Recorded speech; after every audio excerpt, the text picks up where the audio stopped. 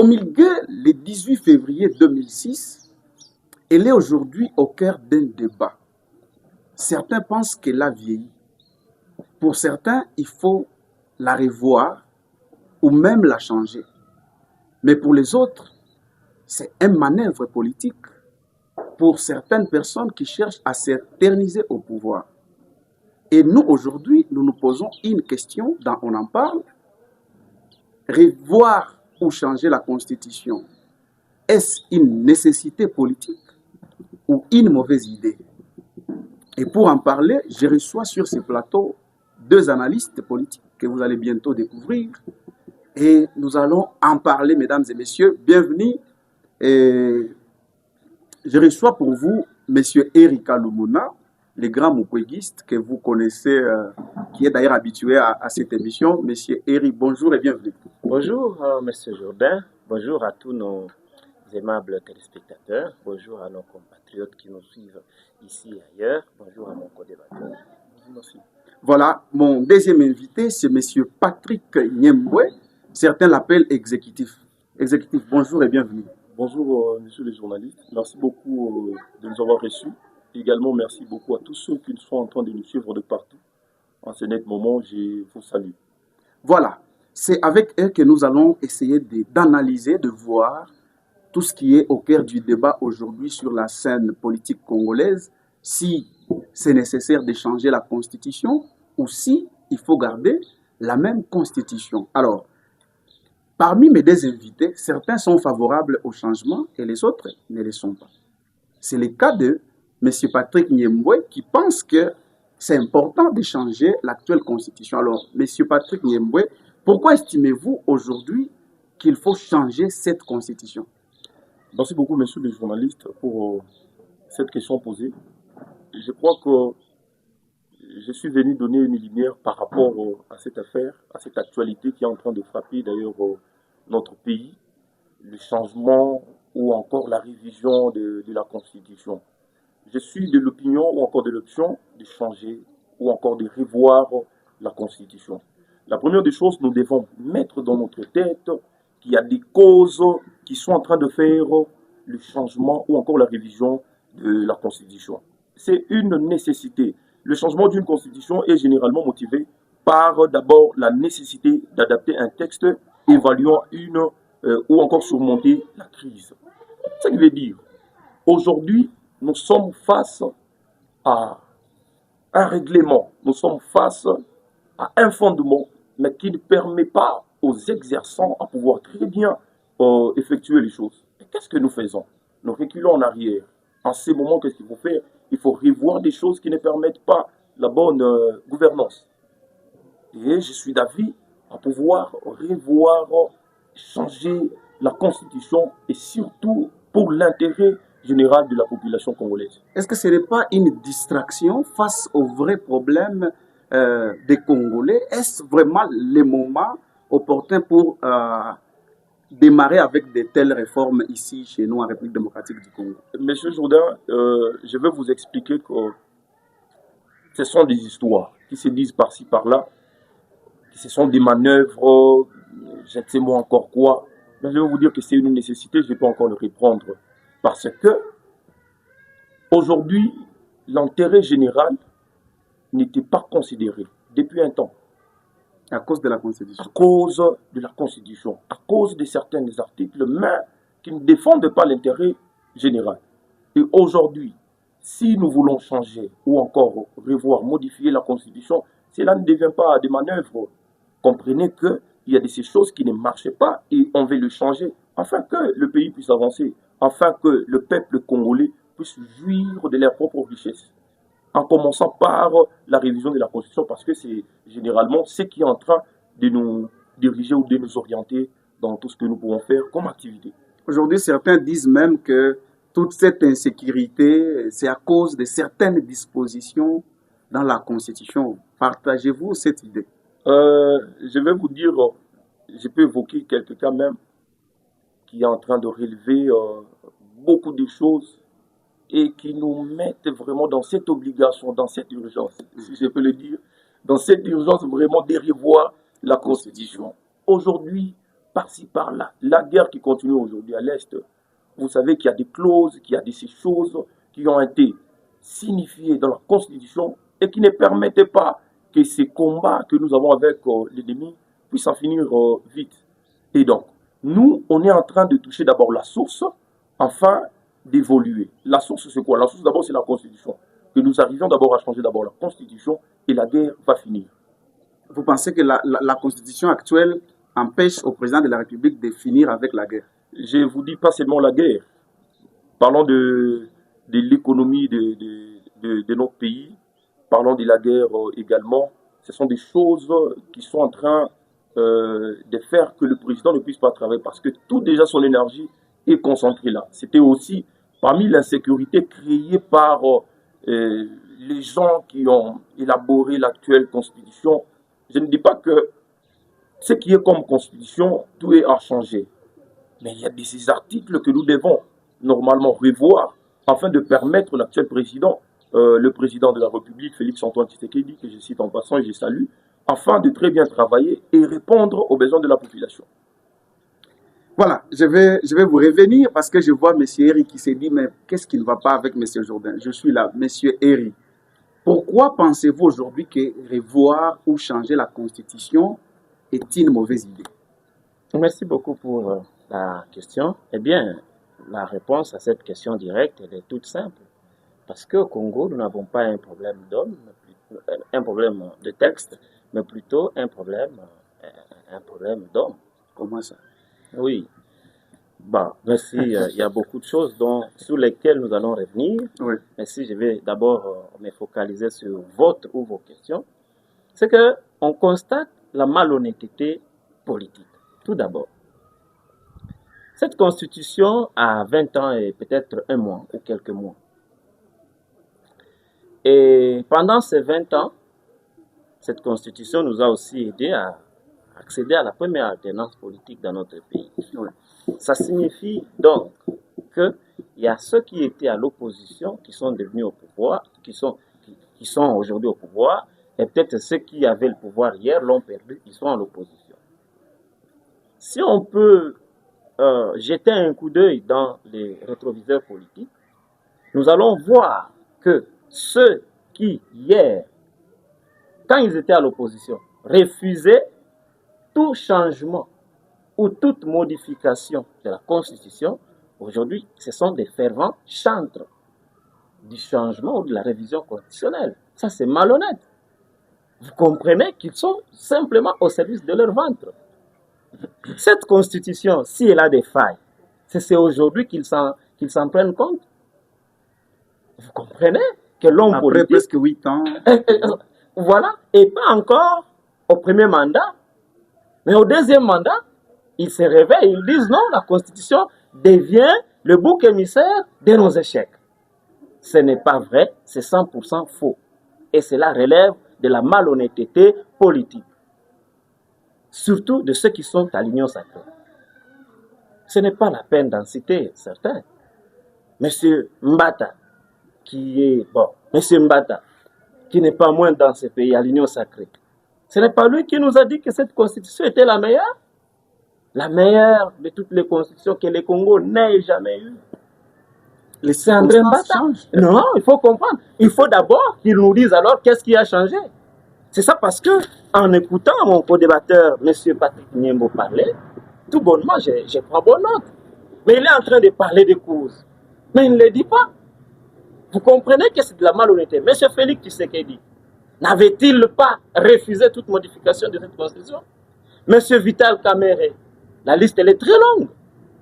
Mais aujourd'hui, parce qu'ils sont à la mangeoire, ils trouvent que c'est le bon moment de changer la constitution. Honte à vous, vous n'allez pas y parvenir. Mais si vous étiez aussi...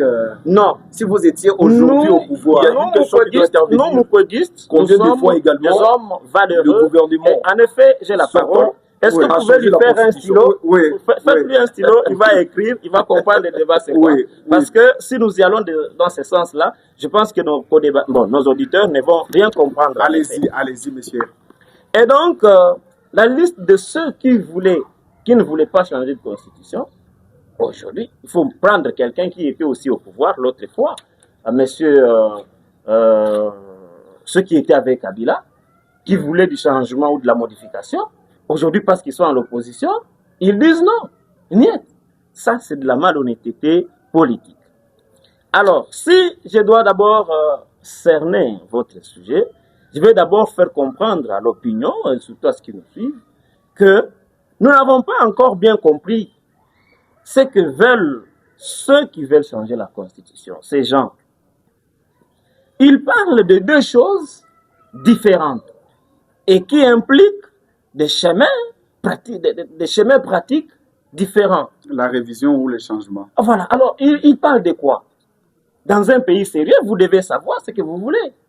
Et celui qui ne veut pas ce qu'il veut, il n'en aura rien. Parce que changer la Constitution a un chemin pratique, sa modalité, sa procédure, et revoir la révision constitutionnelle implique aussi un autre tout à fait différent du premier.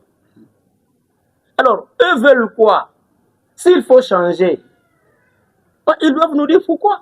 S'il faut revoir, quel article il faut revoir?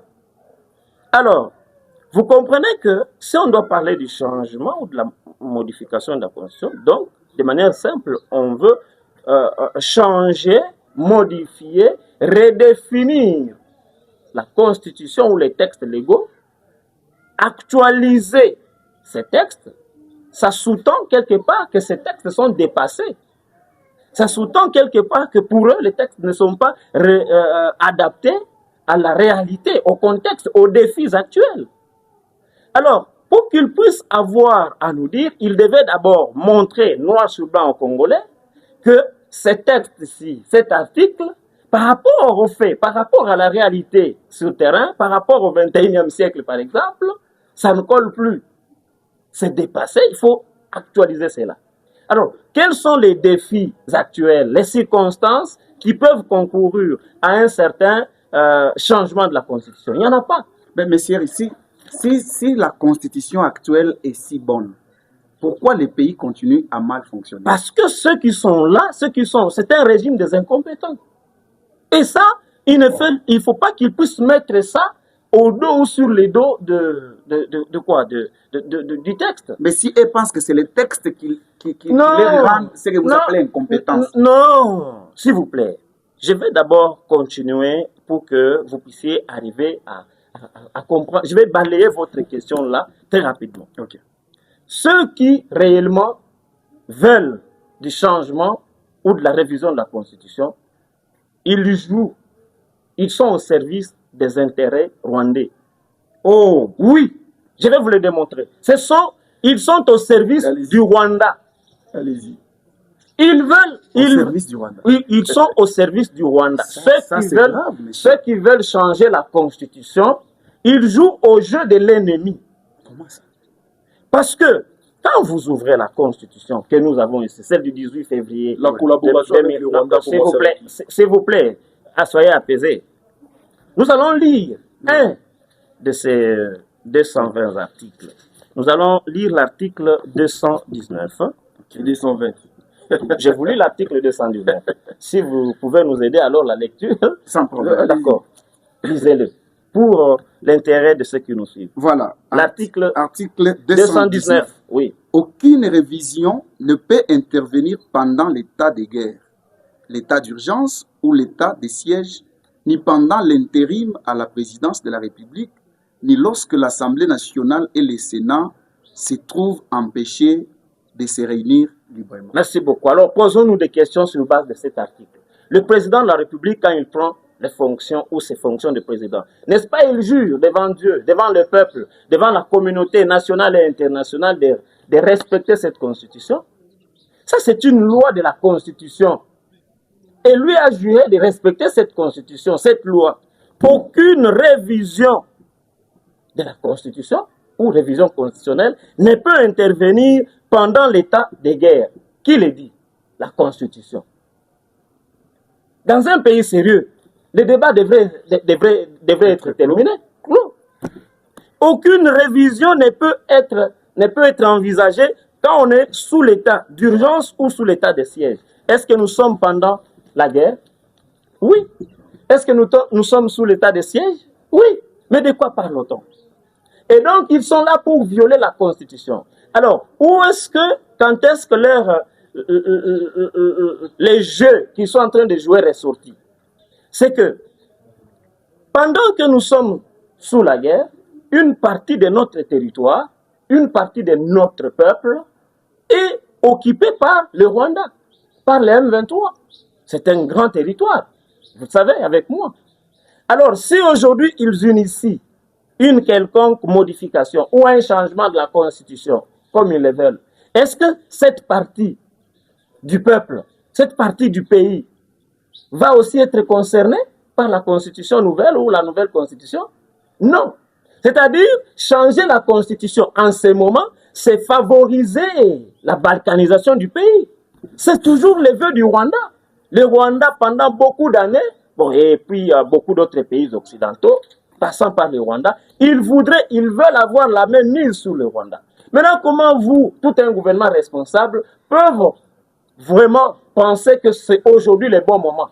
Donc, vous ne voulez pas que Rutshuru, Bunagana, le Nord Kivu, le Sud Kivu puissent participer à ces devoirs citoyens de très haut niveau. C'est céder une partie du Rwanda. Et là, c'est jouer au jeu du Rwanda.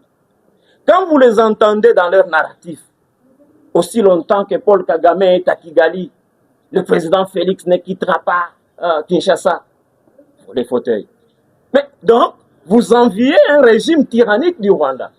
Vous êtes au service du Rwanda. Allez voir l'accord. Allez voir l'accord. en train de mettre Kagame à pression. Non. Nous sommes un pays démocratique. Si vous lisez l'article 220, la forme républicaine ne peut pas être concernée par une certaine ou un quelconque changement de cet article de la révision constitutionnelle. C'est ce que dit la Constitution.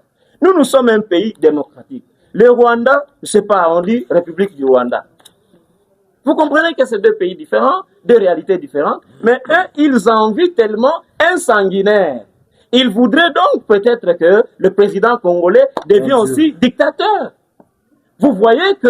Quelqu'un m'a dit, nous allons changer la constitution, le Congo va devenir un royaume, et Félix sera le roi. Et si Félix je vous dis que ils sont au service du Rwanda, ces gens-là, ceux qui veulent changer la constitution. Mon co-débatteur de droite, peut-être que lui, il est au service du Rwanda inconsciemment. Parce qu'en ce moment de guerre, on ne peut pas envisager une quelconque modification de la constitution. Et c'est ce que dit la loi mère. Voilà. Que vous avez juré de protéger et de respecter. Voilà. Alors, Monsieur Patrick, on parle aujourd'hui de la révision ou du changement de la Constitution. Qu'ils nous le disent d'abord. Merci beaucoup, monsieur le journaliste. Avant de passer à votre question, j'aimerais expliciter quelque chose. Oui. Dire que le gouvernement actuel travaille pour le Rwanda. C'est depuis quand que monsieur le président de la République, Antoine Félix Tshisekedi, est au pouvoir et depuis quand la guerre de l'autre côté de l'Est a commencé. Vous allez comprendre, donc, ce sont eux qui étaient là, le prédécesseur du président, qui est alors en collaboration avec le Rwanda, et qui nous ont légué cette guerre. Parce que je vais vous informer, quand ils profitent aujourd'hui pour relever l'article 219, qui dit que ce n'est pas possible de revoir la Constitution en temps de guerre et tout, c'est en train de se concorder avec la guerre qu'eux-mêmes ont provoquée. Parce que ce sont eux qui ont commencé avec cette guerre, mais que nous avons déjà fini. Et nous avons le plein droit. Alors, la guerre est déjà finie. Mais je vous assure. Voilà, est-ce que, laissez-moi un peu parler. Oui. Est-ce que, on va se poser une question. Combien de fois, ça fait combien de temps, depuis déjà, que les éléments du M23 et tout avaient quitté Goma? Vous allez comprendre. Ouvira. Oui. Combien, c'est-à-dire, ça fait combien de temps? Vous allez comprendre seulement que nous avons trouvé une bataille qui était déjà engagée et tout, avec la constitution qui était mal conçue pour les propres intérêts et leur propre ventre et tout. Et nous comprenons que l'article 219 est en train de concorder avec la guerre. Et pour eux, ils savaient que c'est l'article qui devait nous bloquer. Or, dans les changements ou encore dans la révision de la constitution, le président de la République a le plein droit à pouvoir changer. On change ou on modifie? je suis en train de parler, je suis en train de parler, que ce soit pour la modification ou encore pour les changements. Si nous nous rendons compte qu'aujourd'hui, en commençant par l'article 1 de la Constitution jusqu'au dernier article, nous ne trouvons rien de l'intérêt de la population. Qu'est-ce que nous faisons? Nous changeons carrément. Pendant 6 ans, La 7 ans, Constitution. on n'a pas fait ça. Mais comprenez, pendant tous ces temps où on était en train de travailler, nous avons eu le temps d'étudier d'abord c'était quoi les fondements qui étaient en train de nous gérer. Ils sont au pouvoir pour étudier. Et après, comprenez. C'est ça, vous étudiez au pouvoir. Ça, c'est le stage alors que vous êtes en train de faire. Aujourd'hui, je vais poser une question de savoir à M. Eric. Est-ce qu'avec cette constitution, c'est seulement avec Félix où nous voulons la révision ou encore les changements de la constitution, ou même avec Kabila, il y a eu les changements? Est-ce qu'avec Mobutu, il n'y a pas eu les changements de la constitution? Il y a eu changement et révision de la constitution. Et d'ailleurs, avec Mobutu, plutôt, j'y arrive, je crois, c'est plus de 15 fois qu'on a eu à revoir la constitution. Avec Kabila qui est sorti, je crois, à peu près 2 fois de la révision de la constitution.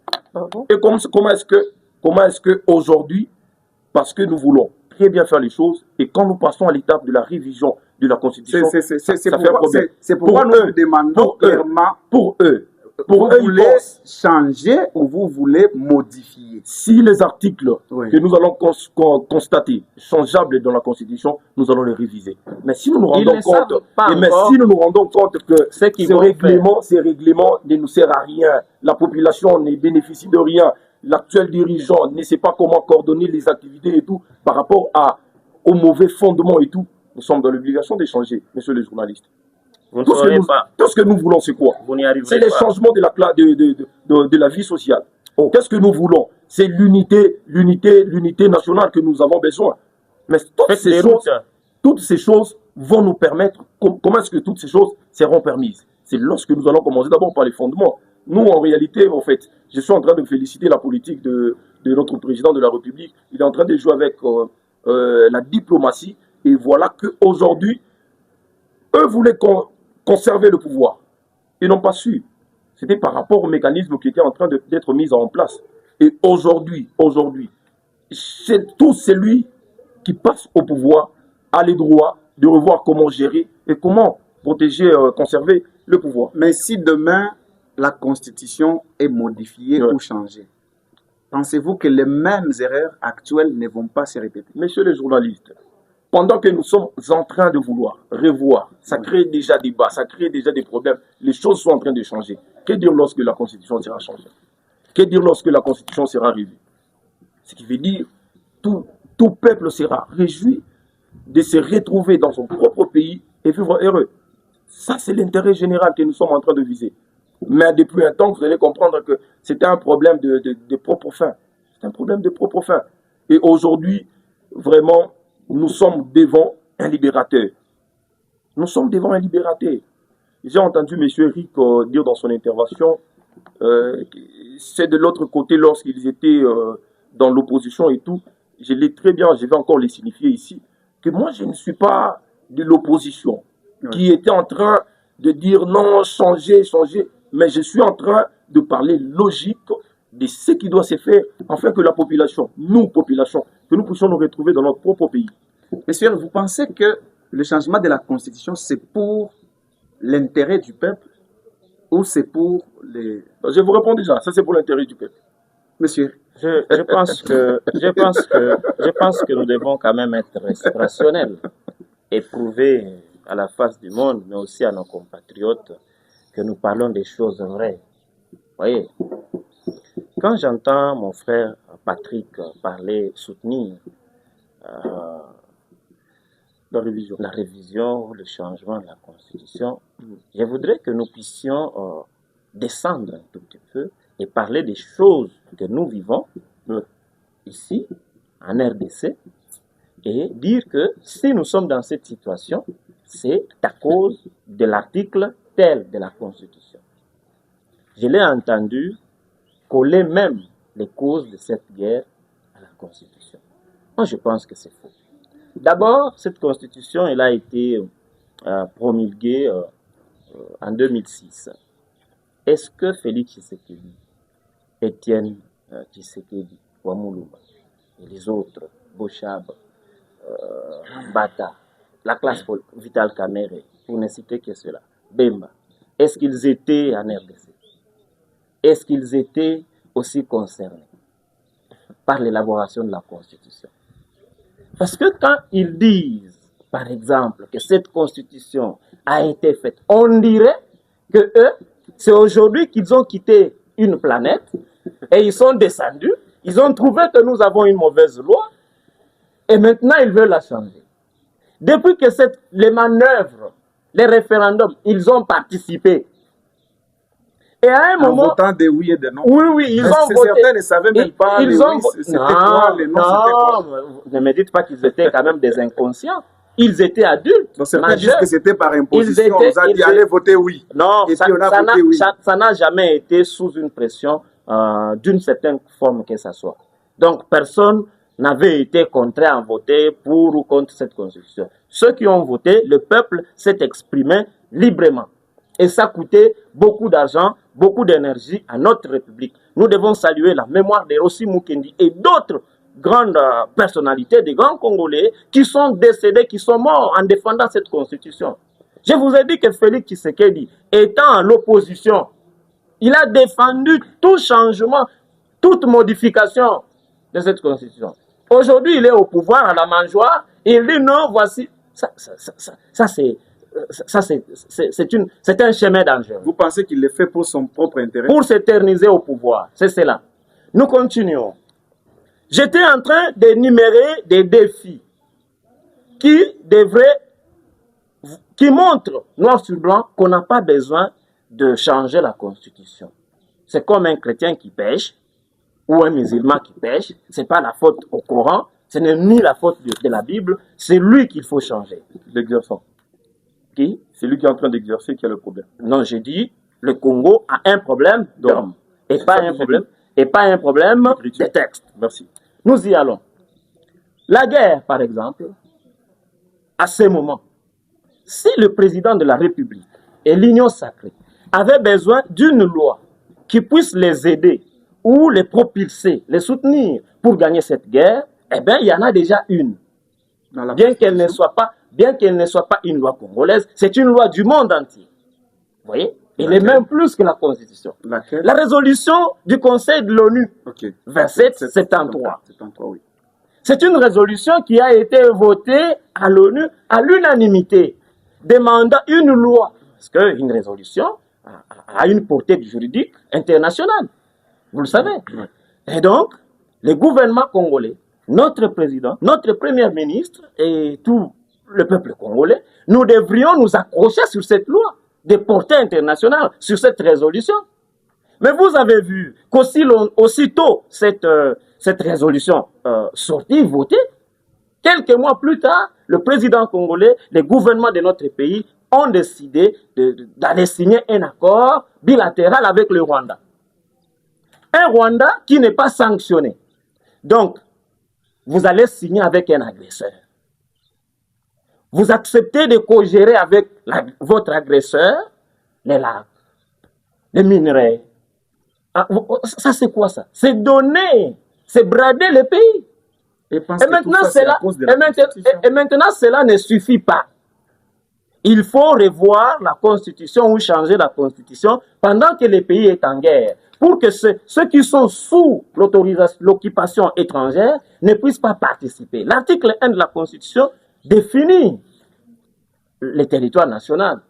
On dit la République démocratique du Congo est dans ses frontières du 30 juin. Alors, s'il faut changer de constitution, cher Patrick, comment vous allez définir la superficie de votre nouvelle République, là où votre nouvelle constitution, elle sera faite en fonction de quoi? Donc, actuellement, on ne connaît pas la superficie du pays? Non! Actuellement, la superficie de notre pays, c'est 2 345 410 km². Elle est reconnue.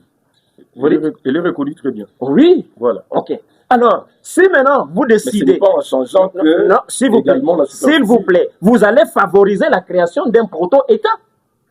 Parce que, de manière juridique, vous ne pouvez pas me faire porter la charge de quelque chose que moi je n'ai pas signé ou sur lequel je n'ai pas participé. Ceux qui sont à Bunagana, à Goma, allez tenir votre discours de changement de constitution à Bunagana aussi, à Goma. Si cette terre de Bunagana, de Goma, la terre de Bukavu, Nord Kivu, ne participent pas au changement de la constitution, est-ce que ces terres seront concernées par les résultats de cela? Non. C'est pourquoi j'ai dit, vous roulez pour le Rwanda, même inconsciemment. De deux, il y a la misère, une misère aiguë au Congo. En République démocratique du Congo, les gens meurent de faim. Que ce soit à Lubumbashi, hein, le Grand Katanga, au Kassai, à l'ouest et partout là. Dans tout comme mais ce que vous trouvez de mieux à nous offrir, à nous proposer, c'est changer ou revoir la Constitution. Ça, c'est malheureux. Ça, c'est moquer de nous. Quel est l'article de cette Constitution ici qui vous empêche de terminer la guerre?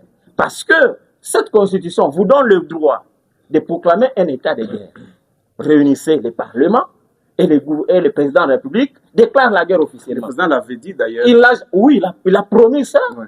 Vous comprenez qu'une fois élu, à la 8e année, donc le mandat finissant, il a déjà oublié, il sait déjà, il s'en passe de toutes les promesses de campagne. Oui, parce qu'il a fait la campagne électorale sur base de 3 mots.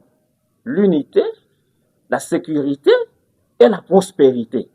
3 ans après, est-ce qu'on peut se regarder dans les yeux et nous demander est-ce que nous sommes maintenant unis, plus unis? Non. Par contre, déchiquetés à morceaux. Est-ce qu'il y a la sécurité? Non. Que ce soit ici, dans le Haut-Katanga, vous savez ce qui s'est passé dans le territoire de Mitoba. Que ce soit à l'Est, que ce soit au Maïndombe, que ce soit au Kwango, que ce soit à Nituri, que ce soit au Kassai, l'insécurité partout. Très bien. La prospérité. Ce sont là ces promesses. Il s'est déjà passé de cela. La première ministre, elle nous a promis combien d'emplois? 6 400 000 emplois. Mais aujourd'hui, est-ce que les gens ont de l'emploi? On n'en a pas. Même les peu qui travaillent, pour être payés, vous avez vu comment au mois de janvier, les gens ont peiné ici, des réunions en réunion, des promesses en promesses pour juste payer. Et vous dites qu'il faut changer la constitution. Quelle est la loi qui vous empêche de donner un confort aux Congolais? Il n'y en a pas. C'est donc un problème d'homme qu'il faut changer. Il y a par exemple, je termine par là, une loi qui parle de la rétrocession. Oui. La province doit retenir à la source 40% de la production provinciale. Mais quand tout part à Kinshasa, est-ce que ça c'est un problème de texte? Non. Ce sont les acteurs qu'il faut changer. En tout cas, ceux qui sont au pouvoir, l'Union sacrée et notre cher président, nous lui rappelons qu'il lui reste 21 mois. Oh, oui. Il lui reste 21 mois selon cette constitution et il doit déjà faire bagage. Alors, Monsieur Patrick, je vais vous informer que le président Félix Azananou.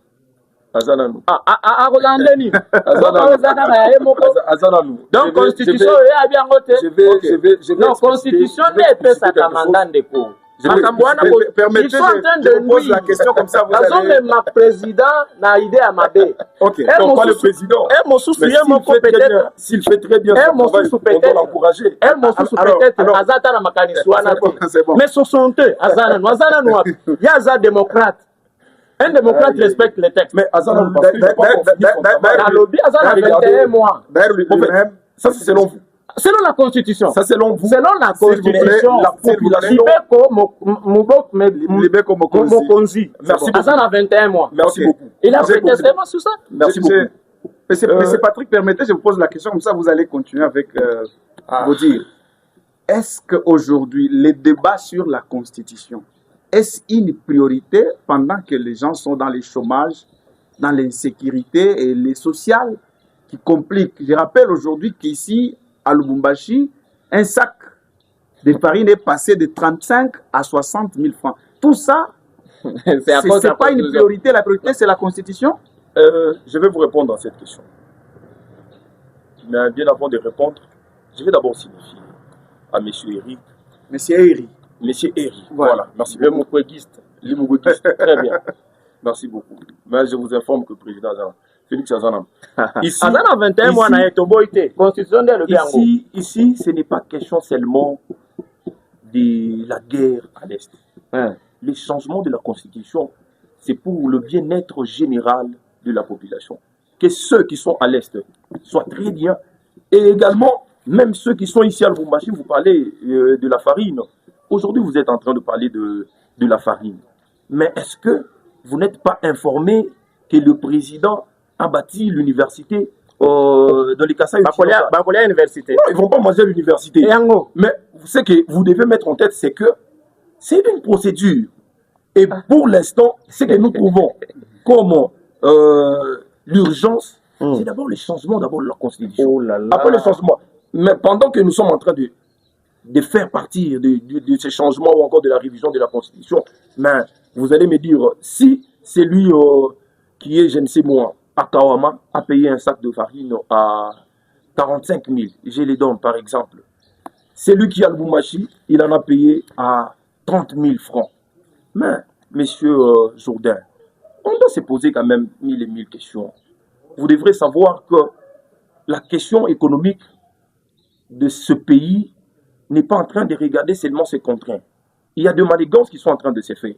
Aujourd'hui, c'est une question politique où les actionnaires, des commerçants et tout, s'arrangent avec des mauvaises personnes, mal intentionnées surtout, afin de créer une crise et dire que c'est le gouvernement en place. Pour nuire au président. Pour nuire au président, salir la présence du président. Mais malgré toutes ces choses-là, on n'est pas embrouillé par ces choses. On est calme posé en train de voir. Commençons d'abord par la source et autres petites choses. Quand c'est un échec, les problèmes de farine, ça ce sont des petites choses. Que vous n'êtes pas capable de résoudre. Ce sont des petites choses. Vous n'êtes pas capable de résoudre des petites choses. Que nous avons déjà répertoriées et que nous sommes en train de suivre petit à petit. Vous n'allez pas nous dire contre la guerre de l'Est et les problèmes de la farine qui concernent pratiquement les contraintes ici à Lubumbashi doit être privilégié. Aussi, hein, on là-bas aussi. Pas seulement là-bas. Et maintenant en Bougimaï. La misère est partout, elle est généralisée. Non, en fait, vous n'allez pas me dire que les gens qui sont en Bougimaï sont en train de payer actuellement le sac de foufou à 45 000 francs. Mais il faut alors vous informer parce qu'on sait que là, c'est encore pire. Ce n'est pas encore pur. Parce que je m'informe du jour le jour. Quand vous partez au Kasaï oriental, vous allez voir que le prix d'un seau de maïs coûte moins cher. Et la population de là se réjouit et acclame par rapport à ce qui se passe. Mais si seulement on se rend compte qu'il y a de mauvaises personnes mal intentionnées toujours qui sont en train de quelqu'un d'autre, de créer le crise et jamais la vôtre, afin de pouvoir empêcher, créer un peu des obstacles au gouvernement en place. Et ça, vous allez dire que les gens ne font pas très bien les choses. C'est un problème de processus. Nous sommes en train de finir déjà avec la guerre de l'Est et on va atterrir avec notre promesse. Voilà. Monsieur Eri, vous pensez que s'opposer à toute modification ou au changement de la Constitution, est-ce la démocratie ou c'est juste un refus du changement? C'est la démocratie. Oui, parce que nous sommes dans le droit de leur dire non. Même quand, je pense. Même quand leur argument semble... Non, c'est ça le problème. D'abord, mon premier problème, c'est que je n'ai pas encore compris de quoi il parle. Parce que tantôt, il disait ici, l'émission est là, il a dit tout n'est pas à changer. Il y a Lobby Ango, il a dit ça ici. Tout n'est pas à changer. Mais maintenant, écoutez, quand il parle du changement de la Constitution, donc tout n'est pas à prendre, tout n'est pas à changer, mais il faut encore tout changer. Vous comprenez que c'est contradictoire. S'il vous plaît, s'il vous plaît, si c'est une nécessité que tous les articles soient changés, s'il vous plaît. On va les changer. Alors, allez d'abord, ils aillent d'abord cerner les problèmes, parce qu'ils nous ont dit qu'ils sont d'abord en train d'apprendre. Quand on va aussi savoir apprendre, quand ils vont terminer, ils viendront maintenant nous dire avec exactitude. Vous voulez ou les problèmes que le gouvernement sortant était en train de faire. S'il vous plaît, on y va d'abord. Le détournement et la corruption relèvent de la mauvaise gouvernance. Autre point. Quel est l'article de cette constitution qui vous permet d'organiser les championnats de détournement ou de détourneurs? Un championnat de détournement. Ici en RDC, oui, parce il y a un championnat de détournement. Oui, parce que quand on apprend les matins, tel a piqué autant dans la caisse de l'État, tel a piqué ça. C'est un championnat. Oui, même pendant la Covid. Quelqu'un a dit ce qui Maintenant, c'est quel article de cette constitution qui vous permet de vous investir, d'exceller dans la mauvaise gouvernance? Il faut le dire aux Congolais. Donc, ce sont des alibis. Bazoko, sabeko na landa. Hakuna article yoyote ile yenye na bazuia kujenga mabalabala. pour parler de l'unité nationale, il faut par exemple faire de bonnes routes, que quelqu'un puisse quitter le Katanga un matin et que au bout d'un jour, le soir, il est au Kassai chez lui, ok, bon, chez lui en termes de chez nous au pays. Voilà. Il dort, le matin il se réveille, Chikapa, Kinshasa, Lubumbashi, vous voyez, l'unité nationale. Mais pour quitter, rien qu'ici à Lubumbashi, en ces moments où il pleut, est-ce qu'il y a quelqu'un qui peut oser utiliser, emprunter les chemins de Poeto vers Kalemi, de Kalemi vers Fizi, de Goma vers Kisangani? Non. Ils sont venus. Vous êtes toujours dans le même réseau routier laissé par les Belges. Après 60 ans ou plus de 60 ans que les Belges soient partis. Mais il y a quand même est-ce que c'est la Constitution? Est-ce que c'est la Constitution? Non,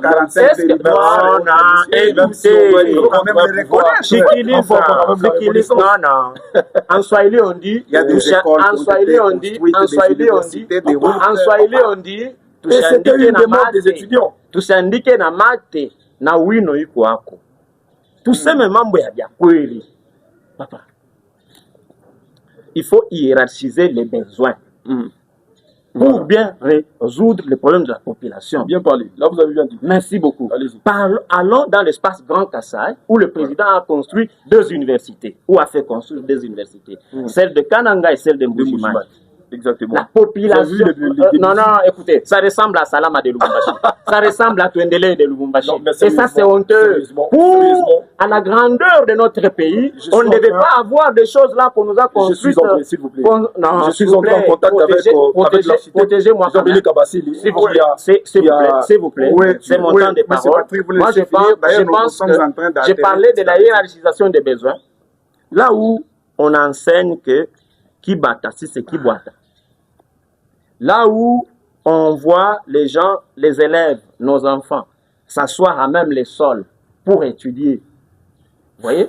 Mais au lieu de construire des très bonnes écoles primaires, même maternelles, et améliorer la qualité de l'enseignement et celle de l'enseignant, vous vous trouvez d'abord mieux de vexer dans le populisme ou il y a un qui est pour dire j'ai bâti l'université. Maintenant la question, mais il y a des gens. Quelqu'un, écoutez, quelqu'un a toka kuika la Chine. Et on a fondé l'équipe en français. Mais bitu bingine, on est d'accord na uruma. Tout en est à l'université. Vous comprenez que celui qui a fait ça n'a pas bien étudié les problèmes, il n'a pas bien hiérarchisé le problème de la population. Je parle d'Afrique à Fouachi, on a yenga kishima me bantu abeke kushota mai. On a yenga tank fontaine, bantu abeke kushota mai. Moi je pense, monsieur Jourdain, ça m'est être très long. La constitution de notre pays, c'est un texte solide qui garantit la protection de la population du pays, qui garantit nos libertés, et ce n'est pas de la faute de nos textes. Je vais d'ailleurs vous dire que cette constitution, il y a des lois ici très très importantes et efficaces plus que d'autres pays, dans d'autres pays. L'article 64 par exemple, c'est un article qui n'est pas dans la constitution américaine, qui n'est pas dans la constitution française. C'est l'article 64. Oui, aujourd'hui, c'est un article qui gêne et ceux qui sont à Kinshasa et ceux qui sont à Goma. C'est un article qui donne le plein pouvoir au peuple. Parce que, l'article 64 dit que le peuple a le droit de faire barrage, de faire échec. Oui. Voilà, j'y arrive. On est en train de tout Congolais a le droit de faire échec à tout individu ou groupe d'individus qui prend le pouvoir par la force. C'est-à-dire que le peuple congolais, nous nous érigeons en faux contre ce qui s'est fait à Goma. Parce qu'ils veulent prendre le pouvoir par la force. C'est l'article 64 qui nous le donne. Mais aussi, on continue la partie B, où qu'il exerce en violation des dispositions de la présente constitution.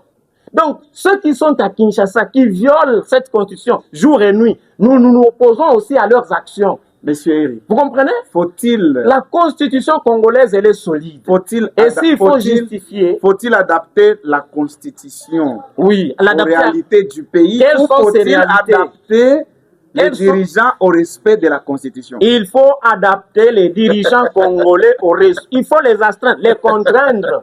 Ceux qui veulent du changement de cette Constitution, retenez-le bien. Nous allons vous changer, nous, peuple congolais. Vous allez nous avoir sur votre chemin et vous n'allez pas réussir votre manœuvre infernale là. Parce que, je vais terminer par là. Oui, ça sera peut-être votre mot de conclusion. Je vais terminer par là. Je veux dire que la misère, la mauvaise gouvernance, l'insécurité et tous les malheurs congolais n'est pas causé par la Constitution, mais elles sont causées par les hommes congolais qui nous gouvernent. Et ce n'est pas parce qu'ils ont échoué qu'il faut changer la Constitution. En Afrique, il n'y a pas quelqu'un, un président ou un régime qui peut changer des constitutions de manière, comment on dit, désintéressée. Désintéressé, c'est-à-dire vous changez la constitution et vous partez, vous laissez les postes à quelqu'un d'autre. Quand on change la constitution, c'est nécessairement pour s'en servir d'abord. Je vous ai dit que si le régime de Kinshasa avait besoin d'une loi qui puisse l'aider à mettre l'ennemi dehors, vous l'avez dit, oui, le docteur Denis Mukwege, par exemple, nous réclamons jusqu'à aujourd'hui l'application sans faille de la résolution 2773. Parce que si on devait d'abord rester là, on devait voir que ces gens ont quitté Uvira. Il l'a dit. Mais est-ce que pour vous, vous n'avez pas honte de dire seulement que la RDC à l'Est égale Uvira? Pourquoi les coups de fil? Pourquoi la pression, si c'est national ou international, qui a fait que ces gens-là, les agresseurs, puissent quitter Uvira, s'est arrêté? On devait les contraindre pour qu'ils puissent quitter partout où ils sont. Merci. Voyez. Merci, mais alors, Eric. si l'État congolais ne le fait pas, si Donald Trump ne le fait pas, ok, parce que dans des quiches politiques, on vous dit, Tobetelana nous Donald Trump Maboko. C'est-à-dire que Bissotokomi, apparemment, une province des États-Unis. Ça, c'est pas bon. Merci, monsieur. On devait demander à ces gens-là de quitter. Aujourd'hui, en tout cas, je peux vous rassurer que notre constitution ne sera pas changée parce que le peuple congolais a compris que c'est le régime politique actuel, celui de Félix Tshisekedi, qui n'est pas capable de tenir ses promesses. Ce n'est pas la Constitution. Monsieur Patrick, votre mot de conclusion par rapport à tout ça? Merci beaucoup, monsieur le journaliste. Je vais finir en disant ceci.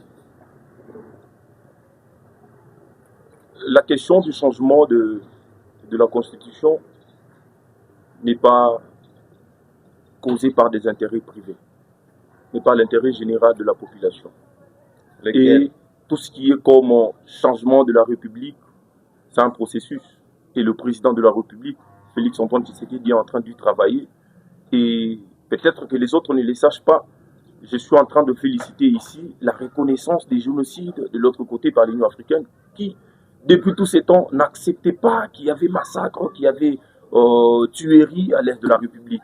C'est reconnu. C'est au travers, d'ailleurs, de son Excellence Samuel Mbemba Tanda Kabuya, qui a fait toutes ces démarches et aujourd'hui, les génocides est reconnu. Il continue. À part seulement ça. Les génocides continuent. À part seulement ça. On est dans la phase, on est dans la phase de réparation parce que on devrait commencer par la reconnaissance de la génocide, mais aussi l'étape qui suit. C'est un problème de processus. L'étape qui suit, maintenant, c'est quoi? C'est les arrangements. On voit un peu. Et la deuxième des choses, est-ce qu'on peut parler on doit travailler les têtes des dirigeants à venir. C'est comme ça que nous procédons également par la construction des universités. Vous allez comprendre, ce n'est pas seulement dans les grands Kasaï. Bientôt déjà, autres chantiers seront déjà ouverts pour la construction des universités. La question sociale, c'est des petites choses.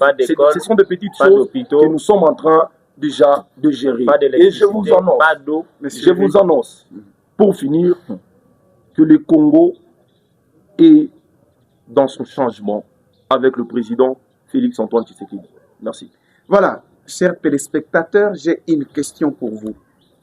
Si demain, le référendum est organisé pour la modification, s'il vous plaît. Il n'y en aura pas. Non, ce n'est pas votre question, c'est pour mes téléspectateurs. Non. D'accord.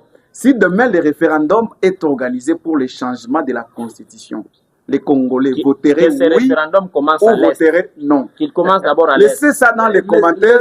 Quant à moi, je vous retrouve très bientôt. Merci, C'est une partie de la merci République. merci d'être venu. Merci beaucoup. Monsieur Patrick, merci À moi de vous d'être remercier. passé dans On en parle. À moi de vous remercier. Quant à moi, je vous retrouve très très bientôt.